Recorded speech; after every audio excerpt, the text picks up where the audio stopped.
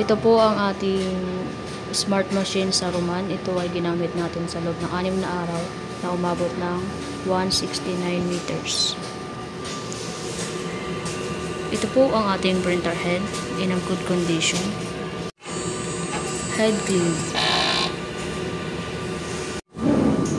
Punasan ang cupping.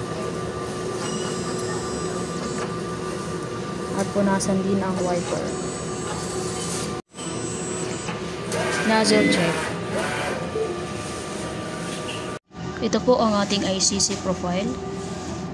Dito naman po ang ating AVR, ang ating waste tank, at dito naman po ang ating ink tank. Ito naman po ang ating maintenance checklist. Ito naman po ang ating consumable record, Sabreroll 1.55, ink na cyan, magenta, yellow, at black.